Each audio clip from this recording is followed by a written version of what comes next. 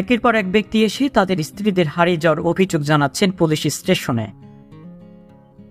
যেখানের কথা হচ্ছে সেখানের একটি থানা গেল 23 দিনে নিখোঁজের কেস 14টিরও বেশি।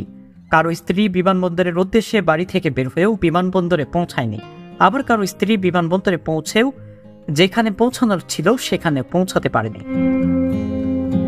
থানাটিতে গড়ে প্রতি 1.5 দিনে নিখোঁজের কেস দায়ের হচ্ছে। প্রতিটি মামলায় চমকে দেওয়ার মতো একটি বড় FIR দায়ের হচ্ছে। নিখোঁজ মহিলা এবং অন্যান্য ব্যক্তিদের সন্ধান শুরু করেছে পুলিশ। সে শহরের নাম জানলে অবশ্যই চমকে যাবেন। যেখান থেকে মানুষ নিখোঁজের কেস দায়ের করেছে সেটি হলো প্রতিবেশী দেশ ভারতের হায়দরাবাদ।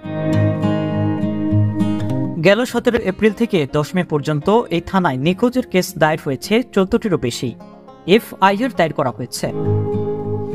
বিমানবন্দরের একজন ঊর্ধ্বতন নিরাপত্তা কর্মকর্তা জানান, কাট্টা অঞ্জনেল রাও নামে এক ব্যক্তি সাইবরাবাদ থানায় তার 27 বছর বয়সী মেয়ের নিখোঁজের অভিযোগ দায়ের করেছেন।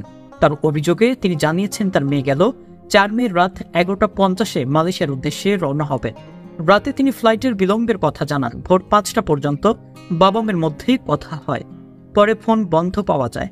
এরপর তিনি মালয়েশিয়ায় পৌঁছাননি বা তার সম্পর্কে কোনো তথ্য পাওয়া যায়নি।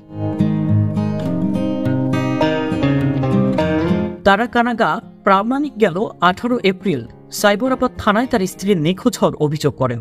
অভিযোগে তিনি বলেন তার 22 বছর বয়সী স্ত্রী প্রিয়া প্রামাণিক ফোনে কারো সঙ্গে কথা বলেছিলেন।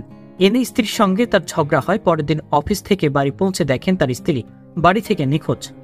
তারাকানাগা তার স্ত্রীকে খুঁজে বের করার জন্যই অনেক চেষ্টা করেছিলেন, কিন্তু তাকে কোথাও শেষ পর্যন্ত পাওয়া যায়নি। অচেনা লোকের ফোন থেকে শেষ করে এলো এরপরই। ঘটনাটি গেল 19 এপ্রিলের মুন্নি মলফি নামে এক মহিলা সাইবরাবাদ থানার অভিযোগ দিয়ে বলেছেন তার স্বামী শেখ রাফি তার মেয়ের বিয়েতে যোগ দিতে দুবাই থেকে এসেছেন। বিয়ের গেল 15 এপ্রিল তিনি নান্তিয়ালায় তার বাড়ি থেকে হায়দরাবাদ বিমানবন্দর উদ্দেশ্যে রওনা হন, যেখান থেকে তার সৌদি যাওয়ার কথা ছিল। 16 এপ্রিল দুপুর 2:30টার দিকে এক অজ্ঞাত ব্যক্তির নম্বর থেকে তার মেয়েকে ফোন করলে তার কোনো কথা শোনা যায়নি।